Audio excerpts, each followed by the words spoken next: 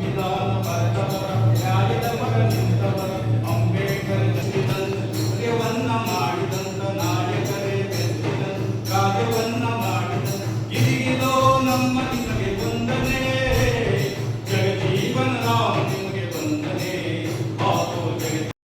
ಹಸಿರು ಕ್ರಾಂತಿಯ ಹರಿಕಾರ ಡಾಕ್ಟರ್ ಬಾಬು ಜಗಜೀವನ್ ರಾವ್ ಅವರ ಪುಣ್ಯಸ್ಮರಣೆ ಕಾರ್ಯಕ್ರಮವನ್ನು ಗುಡಿಬಂಡೆ ತಾಲೂಕು ಕಚೇರಿ ಸಭಾಂಗಣದಲ್ಲಿ ರಾಷ್ಟ್ರೀಯ ಹಬ್ಬಗಳ ಆಚರಣಾ ಸಮಿತಿ ಹಾಗೂ ದಲಿತ ಸಂಘಟನೆಗಳ ಸಹಯೋಗದಲ್ಲಿ ಅರ್ಥಪೂರ್ಣವಾಗಿ ಆಚರಿಸಲಾಯಿತು. ಕಾರ್ಯಕ್ರಮದಲ್ಲಿ ಮಾತನಾಡಿದ ತಾಲೂಕು ಪಂಚಾಯಿತಿ ಇಒ ನಾಗಮಣಿ, ಸಮಾಜದ ಶೋಷಿತ ವರ್ಗಗಳ ಹಕ್ಕುಗಳಿಗಾಗಿ ಹೋರಾಡಿದ ಜಗಜೀವನ್ ರಾವ್ ಅವರ ಸೇವೆ ಅಮೂಲ್ಯ ಎಂದು ಹೇಳಿದರು. ಹಸಿರು ಕ್ರಾಂತಿಯ ಮೂಲಕ ದೇಶದ ಆಹಾರ ಭದ್ರತೆಗೆ ಅವರು ನೀಡಿದ ಕೊಡುಗೆ ಸ್ಮರಣೀಯ ಎಂದು ಅಭಿಪ್ರಾಯಪಟ್ಟರು.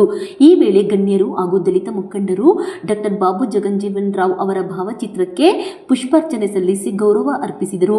ತಹಸೀಲ್ದಾರ್ ಸಿಗಪತ್ತುಲ್ಲಾ ಸೇರಿದಂತೆ ವಿವಿಧ ಇಲಾಖೆಗಳ ಅಧಿಕಾರಿಗಳು ಕಾರ್ಯಕ್ರಮದಲ್ಲಿ ಭಾಗವಹಿಸಿದರು. ವರದಿ ಸತೀಶ್ ಬಾಬು, ಎ, ಗುಡಿಬಂಡೆ ತಾಲೂಕು.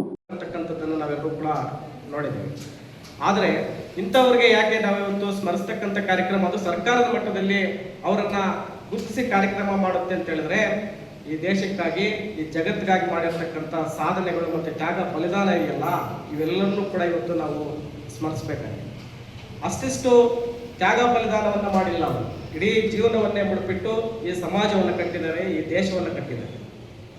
1908ರಲ್ಲಿ ಅವರು ಜನನ ಆಗ್ತಾರೆ, ಏಪ್ರಿಲ್ 5ರಂದು. ಆದರೆ ಅವರು ಜನನ ಈ ಸಮಾಜಕ್ಕೆ, ಜಗತ್ತಿಗೆ ಅಷ್ಟೇನು ಸುಲಭವಾಗಿರಲಿಲ್ಲ. ಭೂಮಿಗೆ ಬಂದಂಥ ಕೂಡಲೇ ಇವರೊಬ್ಬ